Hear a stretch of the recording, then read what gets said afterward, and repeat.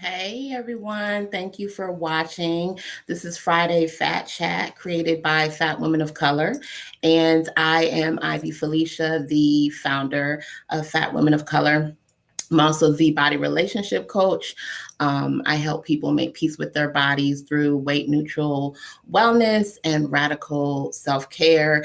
And Fat Women of Color is a place where we provide collective care for Black and Brown women of size. So thank you so much for watching. If you're watching live, you can interact with us and dialogue with us by dropping your comments, questions, feedback, experiences, all of those things in the comments on YouTube or Facebook. If you are watching the replay, we still want to hear from you. We still want to hear your feedback and your comments and your thoughts. So please feel free to share in the comments below this video, and we'll make sure that we get back to you. And if you have questions for our featured guests, you can drop them there as well, and we'll make sure that they get that information. So before we go any further, I want to take a moment and thank our sponsor, which is Calabash Tea. Calabash Tea is a tea house, a tea cafe actually, that's here in the Washington, D.C. area, Fat Women of Color. Our home office is here in the DMV. So we have DC neighbors that support us, and Calabash Tea is one of our faithful supporters of our community. And so they have an awesome gift for you. They offer tea, coffee, sage, incense, oils, tinctures, like all kind of things for like metaphysical and physical and holistic healing. And they are a Black and Indigenous owned company. So if you buy from them, you're supporting a Black and Indigenous owned company, and you're also supporting us as well, right? So here's how it works. If you go to calabashtea.com, which you can always figure out, okay, here we go. If you go to calabashtea.com, which is right here, and use our code, which is FWOC for Fat Women of Color, they'll give you 10% off your order every time. It's not just a one-time code. Every time you order from them, they'll give you 10% off your order. And then they also donate part of the proceeds to Fat Women of Color Friday Fat Chat as well. And so the way that helps us is it helps us. We have Black and Brown people who help behind the scenes run this and edit and organize our speakers and all of those things. So it helps us compensate those people and make sure that we're paying Black and Brown women and femmes, which is part of our belief system. So again, visit calabashtea.com, go get you some goods. Go ahead and get your gift at 10% off. And then you're also giving back to us, right? So it's a circle all the way around. You're helping someone. So also, if you're watching, just know that you can always shout out your city. Let us know where you're watching from. We have people from all over the world who watch, who comment. You know, our featured guests are from all over the globe as well. So we want to know where our community is so that we can shout you out and love on you and send you some good vibes. And one final thing before we get into our chat for today is to make sure that you like, subscribe, and share this video, because it tells YouTube, Facebook, that you appreciate the content that we're creating here. We're intentional about creating content that centers Black and Brown women and femmes. And so we're intentional about amplifying the voices, the experiences, the knowledge of Black and Brown women and femmes. And so when you like and subscribe and share, it helps to pass the message along, but it also tells the algorithms and the interwebs that you appreciate what we're creating here. So if you can do that for us, we'd appreciate it. And then also you get notifications every time we schedule a live, every single time we have a show, you'll know about it. So that's part of subscribing as well. All right. So no further ado, I'm really excited to have our next featured guest on today. We connected recently during the plague to talk and to get to know each other. We do have some things in common about just having like a love and a passion for creating community and a space where we can get healing and love and collective care and all of that. So I definitely wanted to have this person on so that we could talk, hear more of their story, and then also just kind of talk back and forth, and you all get to watch. So thank you so much for being here, Alaina. Hey, thank you for having me. I am so excited that we live in a world where we can do this Yes. and we can hold all of these intersections at the same time. It's so specific. We talked about this the last time we talked, where like making space for this intersection specifically is such an honor, and I'm glad to be a part of it. And like fourth grade me is so happy right now.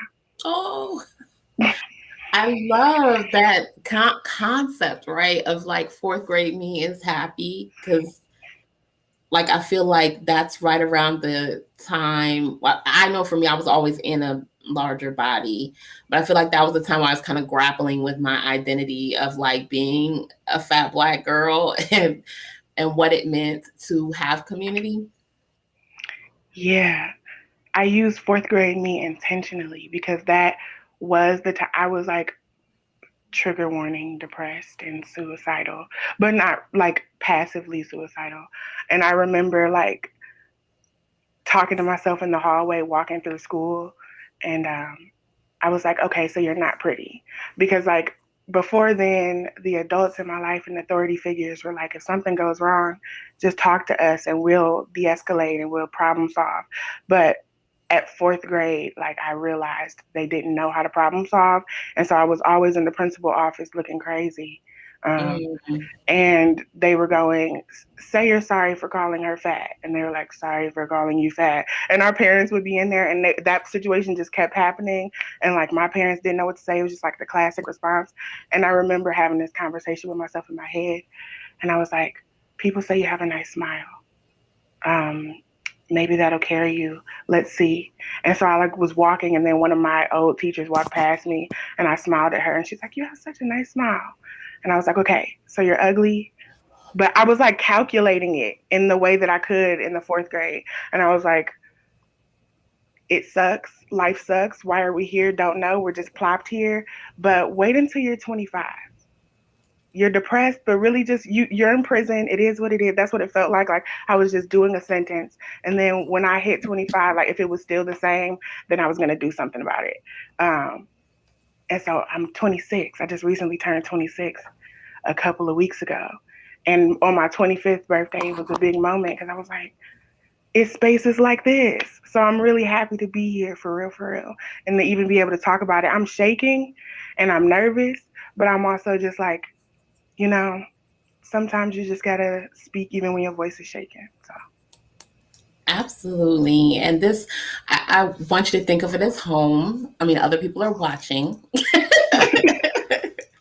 but think of it as home. And like, we talked before, but as, just chat with family and just kind of talking about the things that matter to us and capturing that in a way that other people can hear and listen and learn as well. So sending you lots of calm energy. Before we got on here, I had my Palo Santo. I was like trying to balance myself back out too. I got So some water with mint, you know, nice. I'm chilling. I think, as it goes in, I'll be more and more calm. That's typically how it happens. Yeah. So is this like warm water, cold water? How do you prefer your water?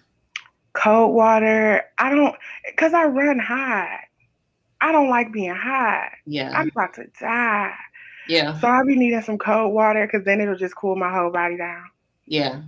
I'm the person that'll sleep with the fans in the wintertime. Okay. You're like my family. That's all my sisters, my aunt, my niece, they're all like that as well. So yeah, I get that. I didn't realize that was such an intersection. hmm It's Yeah, a it is. thing. It's almost like its own identity in itself. Because if you end up living with a person who likes it hot and you need to be cool, it's a wild ride. Yeah. it's like it's part of your needs, right? So it's basically being able to say, this is what I need in order to be comfortable. And like you said, if you have a partner, if you live with someone else, it's like, okay, how do I observe their needs as well? Mm-hmm. Yeah. So, one thing I wanted to talk to you about, because we kind of just started talking about that, was, like childhood. I always like to ask guests about that, and kind of like what it was like for you, and have you always been a person of size, and kind of like when did you start to notice that? Yes, I have always been fat, and my mom is fat and dark skinned. Um, when did I start to notice that? Uh, well, I got caught fat for the first time in preschool because we could like choose to eat our lunch whenever we wanted, and I would always eat my lunch first. And this kid was like, "Yeah, you're fat because you always eat your lunch first." And I remember going to my mom and being like, "And today," I like told her the next day. I don't know why I plotted this out, but like I told her the next day, and I was like, and I made sure to not eat my lunch first so that I could be like, and I didn't even eat my lunch first today. And then I could see, like, I was in the back seat and my mom was driving, and I could just see like a light go out in her like eyes. Um, my mom often describes like she was crying when she had me. We have the same birthday, so she had me on her birthday. Um, and she was sad that I was gonna have to experience the world like her because I looked just like her. Um, but I could just see the light go out in her eyes because she like, and it was like I didn't know something because I was like, I didn't even eat my lunch today, and I thought that that was like a real like, yeah, can you believe that? And she was like, oh, it's starting. And Mm, no one ever explained to me what was happening, and like, people would just be like, don't be sad, you're beautiful. Don't be like that kind of thing, and it would just be like, what does that mean? But people are still saying you're like, what is nothing is happening. So that's kind of how I even had a passion for it because I just kind of assumed nobody cared and nobody knew. But yeah, I realized around that time when I watched my mom be afraid for me. Um, and then I just was fat. I don't know, I had nappy hair. It was like I don't even know which one I realized first. If I was fat, dark, black, because I was just like, well, I was also the youngest kid. So I was like babied in a way, but I knew something was off, you know? So, yeah, I don't know if that answers, but yeah. yeah, so like it's interesting that well, first of all, I saw that you had mentioned that you all have the same birthday, which I thought that was cool because I was like a birthday gift My mom says that. for her. Um, let's see. But it was interesting how like those messages start coming really early to minimize ourselves, right? And to um almost like to start being apologetic, like super with you just saying like, oh, I waited to eat my lunch, like, it's so early. And we get to adulthood and a lot of times we think, how did I get this way, or where did this coding come from, or how did I get into these routines or these behaviors or those types of things. But so often we don't realize that it started that early, just like those small messages, underlying messages. Hmm. Yeah, yeah.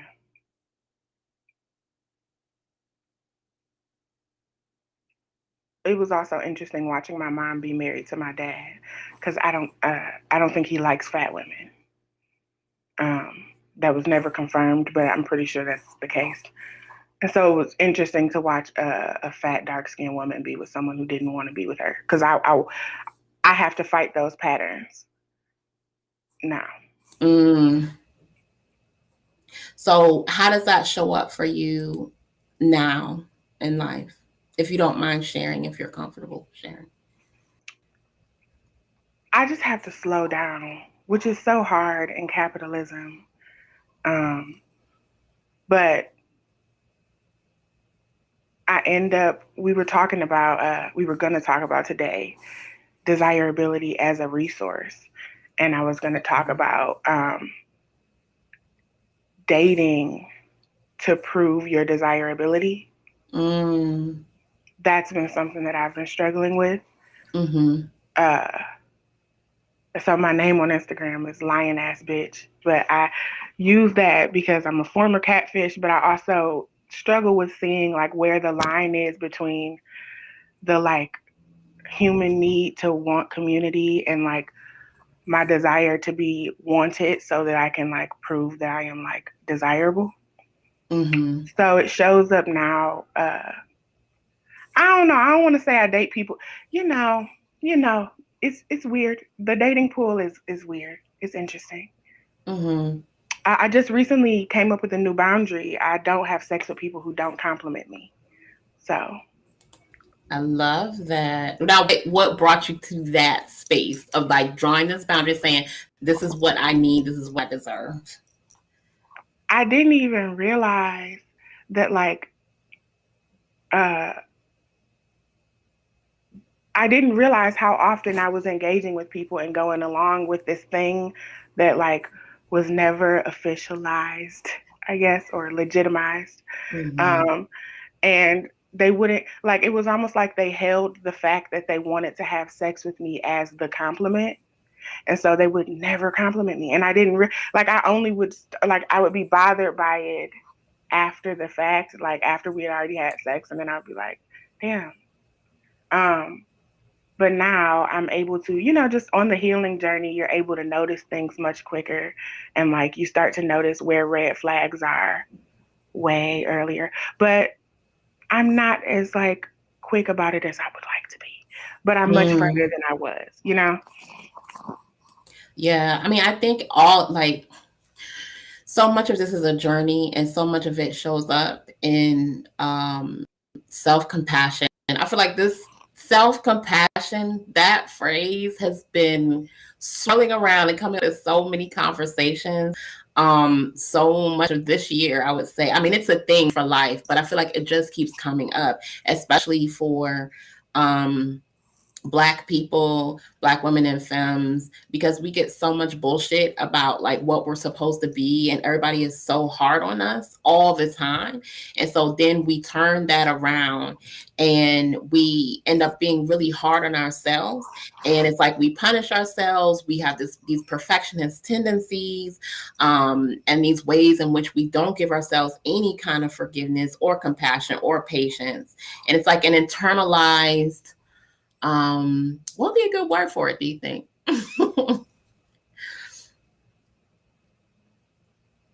I don't know. I usually call it like a white man inside of me. Like when I internalize it, I just hear it like it's literally, I don't always say white man. Sometimes I say light skinned person, or just like Mm, because that's the way I experience the world, or a black. mhm, Sometimes, like one time, I was trying to find words and give words to what I was feeling, and I was like, it feels like my mind is like a black man and my body is a fat bitch. mm. And I didn't know, and that was the only way I could describe how I felt. But I was like, why does it feel like that? You know what I mean? Yeah. And so now my mentor gave better language to it, and she says, the mind is the oppressor and the body is the oppressed. Wow. And that helps Mm, me a lot. So when I start to ruminate on things and I start to go, why do you even want your hair to be like that? Why do you even need to do this? Why do we talked about this too the last time we talked, my relationship with makeup changing mhm, because I was putting it on. I didn't understand the concept of people being like, do it for yourself. mhm, You know what I mean? I'm like, I didn't even, why is that even a conversation? And why are we having it like it's a part of healing? Um, And then, like, over COVID, I was going so many days without wearing makeup. And, like, I started to get used to my face again. And it felt good. So now when I put on makeup, it doesn't feel like that thing where it's like, I don't want anybody to see what my face looks like. Because mhm, I feel like people have seen what my face looks like, you mhm. know? So now it really is for you. Yeah. Well, it's also like when it's not for me, I'm able to give myself that compassion. When I'm showing Mm, up, like I can't front and say that showing up on live somewhere doesn't have me like, that's why I would be shaking in the beginning. And I'm trying to show myself compassion when I feel uncomfortable. Like, you live in a world where people are hypercritical of you.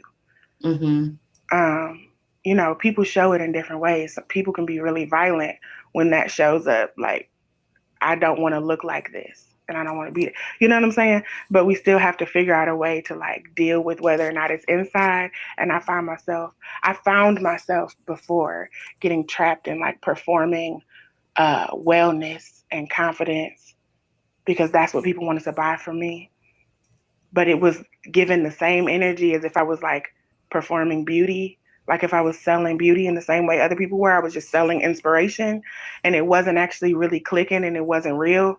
And I didn't even know what that looked like. Cause like I would, you know, when you fat and dark skinned and nappy headed, people will think you love yourself just for being alive. Like they'll literally be like, damn, I'm proud of you. And then when you be like, hold on, I didn't even do anything yet. Why would you do that? You know what I'm saying? Mm. Like, why would you say that? That was my question. Like, why would I come out to people and say, I actually don't fuck with myself that much? This is the only like coin that they're willing to give me. So it was like a long ass journey of being willing to look at myself and say, what do you not fuck with? Is it okay? So now I'm at a place where it's like, when I don't feel beautiful, I don't think I'm less human. When I see things that I don't think are like visually appealing, I don't treat that shit any. And I don't even want to say less human, less, I don't know, less. You know what I'm saying? Mm-hmm. And when I see things that I don't, you know, I just don't. I manage my shadow a little better now. All of that, like I know I'm gonna have to go back and watch this again because so much of this I'm hearing, and I'm just like letting it sit in and process. But I want to sit with it again and listen to it because so much of what you're saying, I think, is just things that people don't think about because we're so busy, like just doing what society says and reacting and like uh moving in these roles and expectations of other people that we don't stop to think like, does this serve me? Is this who I want to be? Is this how I want to show up in the world? And the things that you're saying, like that's what I hear in your processing. Mhm. um Before I don't want to lose you, but our audience is like over here. They're talking and they're loving what you're saying. So thank you to everybody who's watching. I want to pull up some of our comments. Thank you all for commenting. So we have Tigress who's saying team fans all year. Tigress is always watching our show. Thank you for watching and thank you for being here, Tigress. We also have Alaina, who was also, I'm sorry, Lamara Heaven, who was also a guest on the show. And she says, hey, Alaina Knox. So she's giving you lots of love. She was a featured guest as well. So thanks for coming back and watching and chatting with us. And then Tigress dropped something about your boundaries and says, I want to post that right now. I just came up with a new boundary. I don't have sex with people who don't compliment me. I want that for all of us. So they're digging what you're saying. And if you're watching right now and you want to be part of the conversation, you can just drop your feedback in the comments and we can share your questions, comments, everything right in the comments on YouTube or Facebook, and we can see that. And if you have questions for Alaina as well, we can pull that up during the show as we continue to talk. So definitely go ahead and join in the conversation. We love it when our viewers are a part of the show. So I want to get back to you, Alaina, and what you're talking about, like really just sitting with what it is we want and what it is that we need. What do you think? It sounds like this is something you're being intentional about. When did you really start prioritizing that, and when did that become important to you? Um,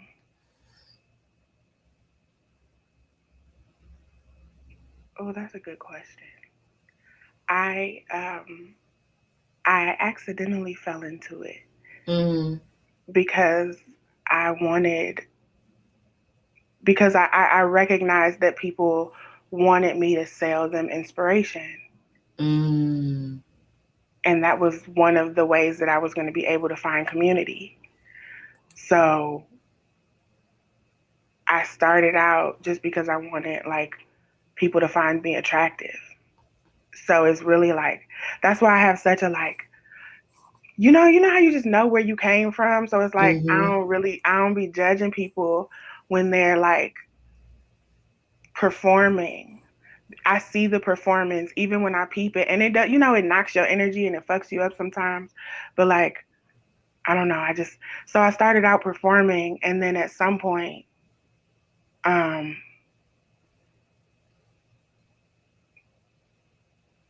it just made sense. It just made sense. You know what I mean? Like I, you can only perform some shit for so long. Mm-hmm. People are still calling you out. People love to get to pointing at the most marginalized people's shadows, right? And Mm. people like to assume your shame. And so if you exist in a body where everyone is assuming that you don't want to be there because it's so normalized to not want to be here. People are Right. talking about it on a regular basis. You know what I mean? Like I talk about code switching a lot, and I say that the nature of code switching is to just care about the way that someone else receives you and care about their comfort. And the more marginalized you are, the less people care about your comfort.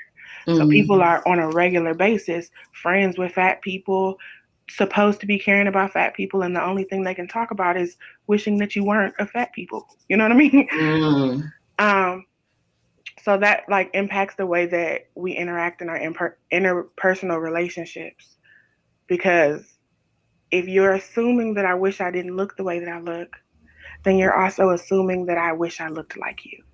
Or you Mm. know what I mean? You're like there are so many little implications. You assume my embarrassment, you assume my jealousy, and so that makes it so that it's easy for you to not hold yourself accountable, and it's easy for me to continue to fall in the pattern of, for me, people pleasing, and I just take what I can get. So I am being more intentional now, but I don't know if I would.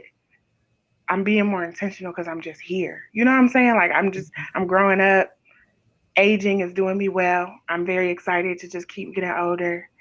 Um, you know how people be like, adulthood is the worst hood. Yes. I I see it all the time. disagree. I disagree. I disagree. I have more time and space to examine things and put Mm-hmm. boundaries up. Like, I think childhood was really hard. Mm. And so as I get older, I just happen to prioritize myself more because it's just not functional to move the way that I was moving.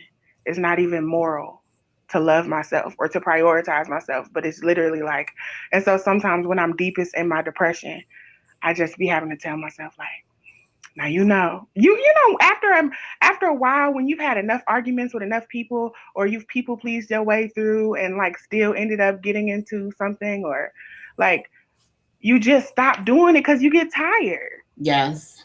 Yes. So I'm prioritizing myself because it's just necessary, and I'm learning and making mistakes along the way. But I definitely know some of it is still a performance, and I'm excited about where I'm finna go. You know, which is a much better place to be in than I was when I started performing about 7 years ago. Now, when you talk about performing and other people's perceptions of fat people, which that's a whole conversation in in itself. I know that one of the things that is important to you that you mentioned, um, wanting to talk about is how people perceive the fat experience versus what it really is. Um, and I'd love to explore what that means for you and why it's important, that perception versus reality. I think it's important because of those assumptions that people make in your interpersonal relationships. Mm. Uh, I recently, like, you'll find yourself chasing something and you don't even realize that that thing is not living a great life. Mm. Um, so when people assume your shame and they assume that you're jealous, it makes it so that relationships with people in different intersections are really, really complicated. And, so like, oh, okay, I got a story. I got a story that I'm going to tell real quick, real quick. I'm ready. I'm excited. So I would be in the support groups. We ended up talking about the intersection of fat person who doesn't hang out with other fat people and the fat person that does, and then Mhm. talking about like the fear that you're gonna like look fatter if you hang out with fat people. Um, Mm. but I ended up really often being close friends with people who were light skinned and thin, Mm. and it was almost like I was trying to do this, like, people talk about people pleasing being manipulation. And then someone else said it's not manipulation, it's a trauma response. Um, and yes, both. Because I feel like I realized, for me, both. But I feel like I realized that I was trying to be friends with them to like end colorism in my head. Like I thought I was gonna be able to be like, if they could just understand that, like, the dark skinned, nappy headed black girl that bullied you on the playground, like there's a real experience behind there and like there's severe neglect going on, then like Mm. we would be able to do something. Like they would see me and then I would be seen and something would happen and like I don't know. So I was ending up really close friends with people inauthentically. Mm. Um, and recently I ended a friendship or a relationship with someone, and we were talking about her baby daddy, and like I would do in my people pleasing. I call my people pleaser bacon and sex, by the way, because I was talking about watching The Real, and Lonnie Love is on The Real, Mhm. and her comedy is like a lot of like bacon and sex. So like when everyone else is like having these real ass serious moments, she would be like, I don't know, I just want tequila. I just want bacon. And so my personality does that a lot. I walk into Mhm. rooms and like when I'm dissociating, that's like my forefront personality. Like the people pleaser part of me is bacon and sex. And so I would be baking and sexing it through the whole relationship. Like, yeah, ha ha ha, you get it. But I would like be going in these long roundabout ass ways to intellectualize my experience so that they could be like, right, yeah. But like it would break my heart every time they really weren't getting it. You know what I'm saying? Like they would say yeah and then still lay in the bed next to someone who was really colorist. Or Mm. like, so like we had a conversation recently. This is all bringing us to the point, okay? We had a conversation, our last conversation. Um, we're talking about the person she's dating, and one of her things is like he doesn't have a type. But we also talked about the way that he was really abusive to her when she gained weight. She was not a fat person, but she gained weight. Um, and so I'm like, I'm aware that he doesn't date fat people, is the point. Mhm. Like, as a fat person, you're aware. And when you be talking to people who are not fat, sometimes they be like, no, everyone, everything, everyone. But they know, but they be acting like they don't know. You know what I'm saying? Like, so I'm Right. just trying to bacon and sex through the conversation to be like, ha, ha, ha, ha. But like, be the funny one, be the inspirational one, but also try to hold myself down, but also try to be authentic. But I don't know what the fuck I was doing. I was trying to juggle too much and I wasn't being authentic, right? People pleasing. I was a baby, right? Um, and what the fuck was I saying? Oh, but we had got to the point where I was like, I don't think that your baby daddy just doesn't have a type. And she's like, what do you mean? Like doing a thing. And then I had walked her right up to the point where she admitted that she doesn't even consider fat women a type. So Wow. you know what I'm saying? Like if I'm saying this nigga does have a type because it's you, dog. You know what I'm saying? It's not fat bitches. We know that. And then she's like, what are you talking about? And it just like, it really sinked in for me that I had spent like 4 years really getting close to people that like, and like avoiding the direct conversation about the fact that they really be playing me. They see me as like subhuman. Like you don't even like you witness me date, you witness me do all of the things, and I'm doing this to prove my desirability almost. And still 4 years later, I feel like I've put in hella work, which again, I could see how this would be connected to manipulation, right? Yeah. Growing. But also I feel like I put in so much work only to get here to this conversation, and you like you still not here with me. And it was Mm. tripping me out and it broke my heart. But we ended really smooth. But I was really excited to like, unpack that shadow and move on from that thing. So I don't remember what the original question was, but It's yeah. okay. It's okay. I'm listening, and like so much is coming up in what you're saying. And one of the things that came up for me and what you just said is that like we play the game, right? Like you're baking in sex. To me, it's also I think of it as like tap dance. Like we do all this tap dancing and like shucking and jiving to be more palatable and more acceptable and more desirable, which we're going to get into that too. And then you do all of that, and it's like these people really don't value you or honor you anyway. They Yep. don't value or honor you anyway. And you did all of that. And when you said break, it broke my heart. Like I get that point because I remember what it feels like to bend yourself and shift yourself and Mhm. change yourself and minimize yourself. And like you said, shuck and jive and play all these roles.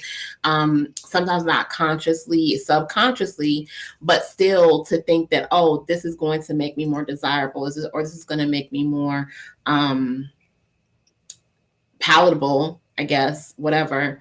And then you do all of that and it's still, you're still not being honored. You're still not being respected by the people around you or even the people that you're in relationship with. So I'd love to know from you or get some feedback from you for people who are watching, right? So if someone is watching and they realize maybe they're hearing what you're saying, they're hearing what we're talking about, and they're having an aha moment where it's like, okay, I am that fat person who is trying to avoid my fat identity, or I'm shape shifting, I'm bending, I'm doing the bacon and sex. I see that in myself. How do you move out of that? Like, what does it mean to move out of that into an authentic space? Mm. I would say it helps me to move into it and not out of it. Um, and so, like, just lean into it. I don't think that one of the things I was talking about recently, I tell people that I'm recovering. I'm a recovering people pleaser Mm-hmm. often now. Um, and one of the things that I notice that triggers me and I don't like it, it triggers me to people please even more, is that people think that that's an invitation to assist me and not people pleasing or bacon and sexting. Mm-hmm. That's what I know. That's my personality. Like, you know what I'm saying? Like, and if your personality is just a collaboration of the things that keep you safest in your environment, to ask me to like tear that wall down to me feels very violent. Mm, So when you notice it in yourself, I don't think that you should immediately try to get out of it. Because I still, I have a grip on my shadow a little more now. And so it's not mm, necessarily gone, but it doesn't act out. Like, people say shadow, people say inner child. So if we're even talking about fourth grade version of me, like, think about literally dealing with a child. Don't just be like they're gonna throw a tantrum and all they're gonna do is learn how to sneak and do it, right? yeah, So I say just again practice like radical self-acceptance and compassion for yourself, yeah, um, because it's so hard. And if you realize that about yourself, it's heartbreaking. This yeah. is like this is like I came up with bacon and sex when I was watching The Real, which was a while ago, which was when I was nannying and I was It was in the house all day with babies, holding babies, just watching these daytime talk shows.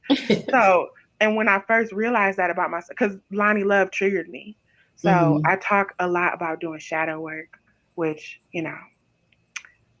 the person who came up with shadow work was racist. Yeah. So that's, you know, I've been struggling with that. But Yeah. um, the more you bring your shadow to the light, the less it has to act out behind your back. Mm. And the only reason that a shadow would come out is if it felt safe. Mm. So I That hope is so that good. Oh my when I God. say this, it makes you feel like you're not alone. And I know that even if you're performing wellness and you don't feel that way, bitch, same. You know what I'm saying? Like, same. We're vibing, we're here, we're together. And one day you'll look up and you'll be doing it less and less. And bacon and sex will be working for you. It's not that it'll not be there, it'll just be working for you, you know? Yeah. It'll be more like your reality. Like if you talk about the bacon and the sex, is because you really like bacon and sex, not because throwing out distractions. You're here with me. You get it. Yes, exactly. Exactly. I get it. I get it. Because I'm sitting here, I'm soaking this up, and I'm like, you would think I was watching this interview, not on it. Because I'm like, oh man, like I'm really soaking it up, and there's so many good points that you're saying. Um, Even when I keep hearing you talk about performing wellness, and I think about that from a holistic perspective, right? So because like for me, a lot of the work that I do is holistic, right? So this is mental, emotional, physical, and spiritual. And so I think like about all of those different sections and how like we can perform wellness mentally. We can perform mental wellness, like I'm okay, everything's good. Emotionally, physically, we can pretend that things are good when they're not. um or even performing wellness in thinking, in saying that something's a priority and it's not. Mm. A certain form of wellness is a priority and it's not. Ooh, that hit me in my soul. That hit me in my soul. That was good. Because that's expected, right? To be like, yes, I'm working towards dot dot dot, whatever it Mm-hmm. is, because that's Mm-hmm. respectability. I just did that earlier with you. I just did that Mm. earlier with you, literally. I was like, LOL, working on my professionalism. And right after I Yes, sent that, I was like, girl, are you? You know what I'm saying? Like, that's not even the goal, but like, you just want to, you know what I'm saying? So even yes, when it's not happening, and there's a certain corner of the world that thinks that, like, to perform wellness only looks like physical shit, like, yeah. and, but there's this like area of fat activism, and Tatiana Mercedes on YouTube, and I think on Instagram. I don't know what their name on Instagram is now, but they have a video, and it's titled "Fat Black Activism" or something. Fat Black Activism Models and Scholars, and it is so beautiful. That was my first person to watching on the internet, that really hyped me up when I was like 14, 15. Um, but yeah, I don't remember what we was talking about, but I just did that It's earlier. Yeah, you bring that up, and I was like, I'm still performing working on it. performing as if a certain form of wellness is a priority to us when it's not. Yeah, because I'm not Because professional. yeah, I'm not really finna be professional either. It just feels way too connected to capitalism for me to even want to mm, do.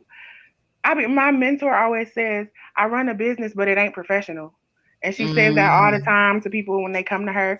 And I'm like, that's what I be trying to say about my support groups. I want it to become more intentional, mm. but I don't necessarily want it to be professional, you know? Because professional is like the cousin to respectable.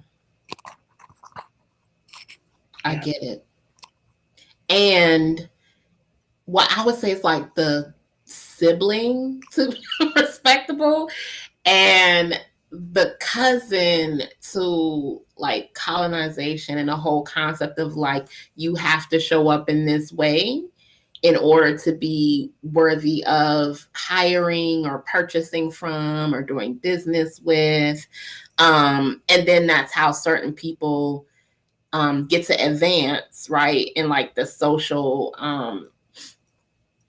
pyramid because they have this professionalism or education or appearing to be a certain way by their body or whatever. So they're granted more opportunities and more contracts and more business. And then that just perpetuates it. But that's a whole nother thing. Like I wanted to tangent. But now that you're talking, I'm like, this is a whole thing. No, you're right. We're here. I'm here. Yes. Yes. I was So, thinking the whole time you were talking, I was thinking about it with hair.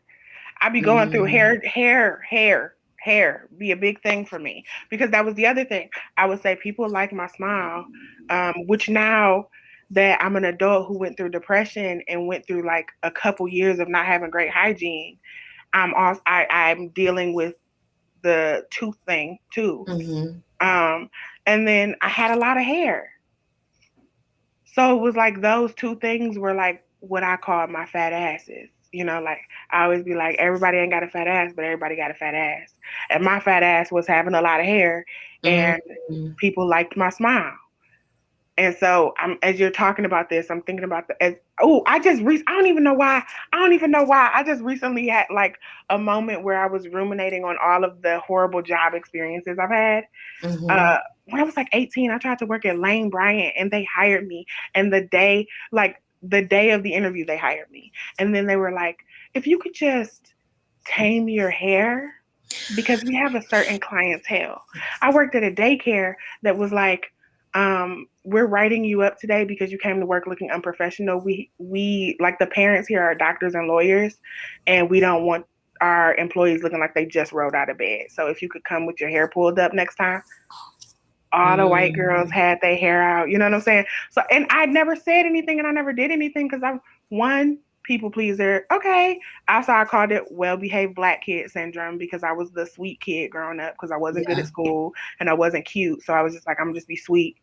Um, so I would just be like, okay. And like now, think these are things that happened years ago. And I'm Yeah. just like, oh, it's Yeah. exhausting, you know? Like those memories of ways in which we have shrunk ourselves in the past or shape shifted Yes. in the past. Yes. You talking about that reminds me of my last corporate job when I went in for the interview. I was natural. I like returned to natural like 2001, but I did this interview like around 2011. So I had, like fro and all that was my thing. But for the job, this was like pre bi liberation or any of those thoughts at the time. And for the job, I straightened I hot combed my hair and like, curled it, curled it under and did the whole, like I said, the well behaved girl look and all that. I And I know. had the pantsuit and the heels and all of that. And it's like, okay. And I got the job. But then like my whole plan, it was a plan because it was like, this is what you do. You go to the interview, you bring yourself this way. And then once you get a job, then you can change it. And so once I got the job, I started wearing my hair out and I was wearing my fro and, I went to dressing more how I wanted to. And people were looking at me like, what happened to you? But it just, like you're talking about, it makes me think of like ways in which we've shape shifted to again align with professionalism, which is like the cousin to capitalism, so that we can get the job, get the money, and not to shame anybody because we need to survive out here. So we've been doing what we have to do or whatever we think we need to do. Let me change that. We think we need to do to survive. So I get it. And it's no shame in it, but it's like when you get an awareness, it's like, these are ways in which I played myself. Yeah. Yeah. I be struggling with feeling like, you know, being poor be so hard. you Yeah. know. So like struggling with like keeping yourself and staying grounded, because it's not even worth it to be here if you're going to be functioning in a place where they accepted you only when you weren't you. You Mm. know, it's not even worth it to be here, Yes. literally, and that it hurts. And so then you end up coming home every day. When I was like nannying and making a good amount of money for me, I don't know what I was started out poor, so it was a good amount of money for me. Um, I was using the money poorly, and I had Mm-hmm. like because I just didn't even life didn't matter because I spent so much of my time doing something that was so horrible. Mm. Um, so it helped me kind of radicalize my priorities. Yeah. Yeah. Like, I think I started working for myself about, what year is this? 2021. So about 8 years ago. And first it was like, oh, get money, money. And not that money is not important, because money has a value. But at some point I started to realize that there was extreme value in self-expression, right? Being able to show up as me in spaces, and like to Mm-hmm. not be apologetic, and to be like, I'm going to get on this stage and my hair is going to be big, or I'm going to wear this or whatever. And if you like it, you like it. You don't, you don't. When you signed the contract, you knew this, right? But you don't necessarily always get that in other spaces where you do have to kind of acquiesce, right, in order to like get the money or whatever. And so there is, when you think of wealth, I guess for me, when I think of wealth and I think of like what it really means to be prosperous and all those things, like that's part of it. It's like self-expression, freedom to show up as me, my time, freedom to take care of myself, right? To take care of my needs. If you're a person who, like you said, this is Mental Health Awareness Month, but if you're a person who maybe lives with some form of chronic illness or any form of like mental health challenges, there is a need to be able to say, I need this time to process this anxiety or to navigate this depression. But when you're in the hustle and bustle of like capitalism and all these other expectations from like the corporate world, they don't care about that, and there's no room for that, and you have to like squeeze yourself into that, and you don't get to take care of your needs. And so when I think of wealth, it's changed for me now, and I'm like, that's wealth, to be able to say, I need to rest, I need to stay in the bed, for this amount of time, or I need to go to the park, or I need to really sit with a friend, or I need extra days in therapy this week because this is what's happening. Like that is what wealth is starting to look like, in addition to other things. But that's a part of wealth for me now. My mentor says that she says that a lot of times the reason like you shouldn't shame people for not doing shadow work or being able to like do their healing work because sometimes some of the shit you gotta unpack needs 2 days to recover from, or two Mm, like you and you don't have it. And so if you're getting up and going to a job every single day, or you're getting up and taking care of someone, or you're hurting and you just don't have the patience to unpack certain things. That's what I'm saying. If you notice this about yourself, if you notice your bacon and sex, if you notice your liar, um, then be compassionate with yourself and mm-hmm, like utilize what you have to do what you got to do mm-hmm. because and don't let nobody shame you. I mean, Yeah. you ain't gonna say don't let nobody shame you. That's not even, that's cliche. I don't even believe that. I was just on autopilot. But but it's like if you're in shame, is what I'm Mm-hmm, saying. Be in shame and just be there and rock out with it. You know what I'm saying? I'm not one of those people that go positive vibes only. mm-hmm, Because if you exist in a system that oppresses you, how do you not succumb to the vibration of powerlessness? mm, And so it excludes the most marginalized of us when we only accept positivity because the most marginalized of us do the feeling for the rest of society because you get a chance to walk around and bounce around and because a part of privilege is assumed innocence. mm. So rock out with it. You know what I'm saying? If you in shame, be there. I love that. Like what I really hear is make room for all the emotions, because emotions exist on a continuum, and you can vacillate anywhere there, and maybe not even a straight line, just like all over the place, like, Hmm. they're not always organized and orderly, and they don't show up when and how you need them to, and all of those things, and like creating space for all that to happen. Like that's what I'm getting from what you just said. And we don't have proper. We're not given the shit we need to heal. Mm, So you be having to get a little weird to get your healing. You know, mm, and you have to try things and make mistakes. I give the example of a water bottle. Like every person is a water bottle, and the trauma that you experience is like someone taking a screwdriver and punching holes at the bottom of the water bottle. And so all of the good shit that people say that you're supposed to be taking in and doing on a daily basis, like I don't know, drinking water, just the shit, like you can't even withhold it in your personal being because you got all these holes. And the way that we plug up the holes, like we got to get outside of the bottle and get weird together and figure out, find different shit to plug up our holes, you know? And yeah, some of the shit we find will be temporary. And some of it'll be like a secure ass. And sometimes we'll be able to tend to the holes at the top and not the one at the bottom, you know? yeah. Yeah.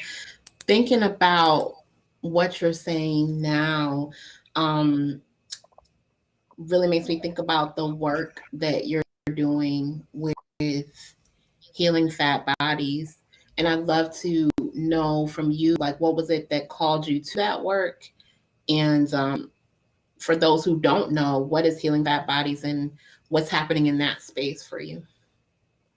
So, Healing Fat Bodies is a Black queer led collective, and we have support groups for fat femmes of all races, and then we have one specifically for fat Black femmes.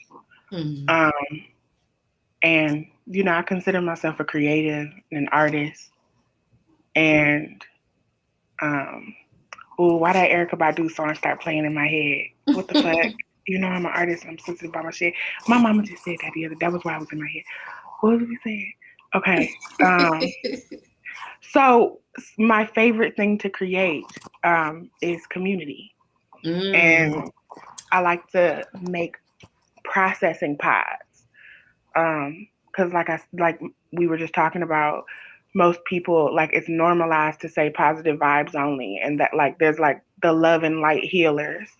So what I like to do is make space for us to like tend to the emotional wounds that are caused by the fuck shit that we have to deal with on a regular basis. Um, so yeah. well, first of all, I just want to say that when you said I'm a creative and the thing that I enjoy creating the most is community, It's an art. We talked about it. It is an art. Having to be this is see, bacon and sex thrives with that as a thing to do. Because if you put me in charge of like creating community with people, if people get in a room and they feel awkward, and I know how to transmute awkwardness and make and like be funny and be, that's where bacon and sex goes. You know what I'm saying? And mm, it's a good place for it to be, and it's a fun thing to create because you get to like think on the spot and think of stories and like stuff. I love that. I'm getting so much out of this interview. I don't care. Those of you that are watching, I know you're getting something, but if nobody else gets anything, I'm getting a lot out of this Me interview. too. It's so many good points. And I'm like, so that's probably one of my favorite things, because my favorite quotes from this interview, because we both do community and create community, and I identified being a creative a long time ago. So to me, I always feel like creativity, because of thinking of school, right, was like art and coloring and music and so to think of the ways to like broaden the ways in which being a creative can show up. I love that. And You to know like it. Yes, yes, yes, yes. go I'm ahead. sorry. I'm sorry. I'm sorry. It just came to me, and that changed the game for me too. I don't even be knowing where to take credit for stuff because I do be feeling like I be communicating with spirit, and I'm just receiving downloads and shit.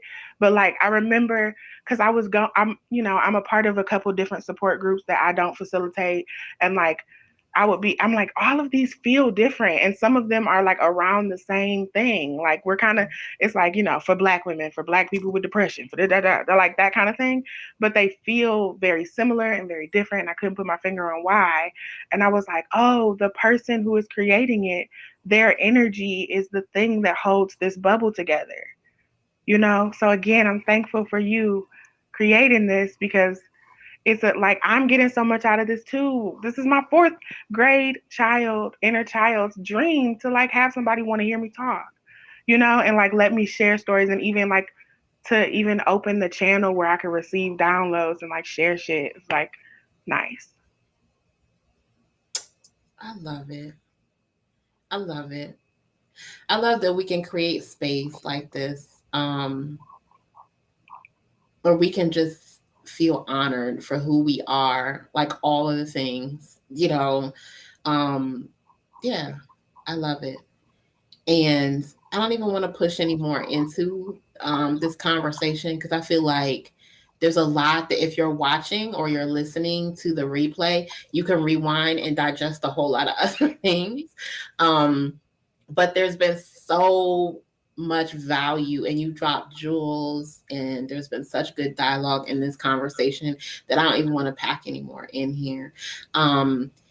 I do want those who are watching you to know more about like how they can find you, if you want them to find you, and how they can connect with you and your community as well.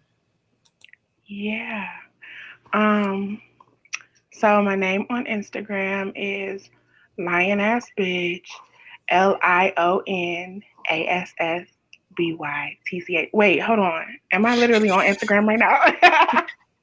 No, Okay. this is just Oh. Facebook and YouTube, Oh, okay, okay, okay, okay. and anybody Yeah. listening to the podcast. Lionass Bitch. And then or Healing Fat Bodies. Mhm. And like we said, fuck professionalism. So if you want to come to the support groups, just hit a nigga up. You know what I mean? Um, and I'll hit you back. So, There you oh, go. Alaina on Facebook, Alaina Knox, ALAINA, I don't know, but I'm working on it. That's where you can find me.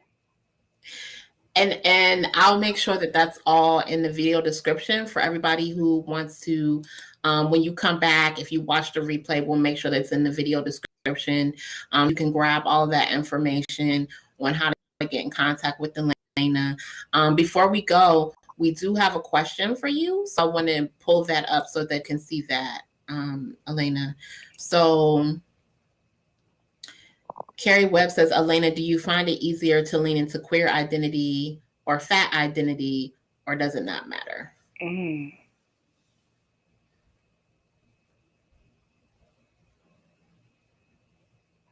Oh, that's a good question. I find it easier to lean into my fat identity. I do. Because I don't have all of the language to even describe my queerness. And I've just been reading about fatness a little longer and doing it a little longer. And I've had to get comfortable in my fat body my whole life. So I Mm. do think that, wow, that's a good question. That was a deep question. Yeah, I struggle with, yeah, yeah, that's my answer. Yeah. Thank you, Carrie, for sharing your question. For everybody watching, if you didn't get your question in during the live show and you have questions that you want to share, you can drop those in the comment of the videos wherever this is posted, and we'll make sure that gets to Alaina as well. Or you can connect with her on all of the channels that she just shared with us and talk to her there and connect with her more. Carrie did say, thanks so much for attempting to answer. I think that was an answer, though. I think that was a full, complete answer.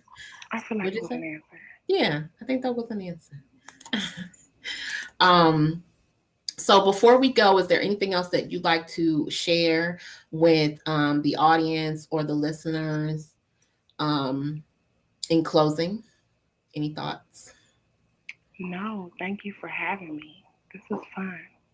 Absolutely. Thank you so much for being here. Thank you for sharing your experiences and your knowledge and your insight and even your aha moments. You had some spirit moments like right in the middle of the conversation. I always love those. So Yeah, thank you for thank that you. as well. And for everybody who is watching, again, thank you for being a part of the show. Thank you for showing up and watching. And those of you who commented, thank you for that as well. Before we go, make sure that you visit our sponsor if you haven't already done so, which is on calabashtea.com. You can get your coffee, your teas, incense, oils, all the good stuff to help you with your self-care and your spiritual journey and metaphysical, all the good stuff. And they will give you 10% off if you use our code, which is FWOC. And they'll also donate a portion of the sales to the Friday Fat Chat show, so that we can make sure that we're compensating fat, Black, and brown women and femmes who are a part of the show and also help facilitate the show. Also, make sure that you like, subscribe, and share this video so that we can get it out there on the interwebs, so that people know that the content that we're creating here, that you appreciate it, and it helps the algorithm so other people can get the message too. If you enjoyed it, make sure you share it so other people can get the message too. And again, before we close, I'm Ivy Felicia, the founder of Fat Women of Color. And you can always, if you have questions about the show, if you have questions about Fat Women of Color, you can always email me. I got it right this time. You can email me at ivy@fatwomenofcolor.com. If you'd like to be a sponsor, if you'd like to donate to the show, that'd be awesome. Or in any way support the show or any of our featured guests, you can email me as well. So nothing else. Thank you so much, Alaina, for being here. Thank you Finally, for having me. this was lovely. And thank you, everyone who watched and joined us. All right. You all have a good weekend.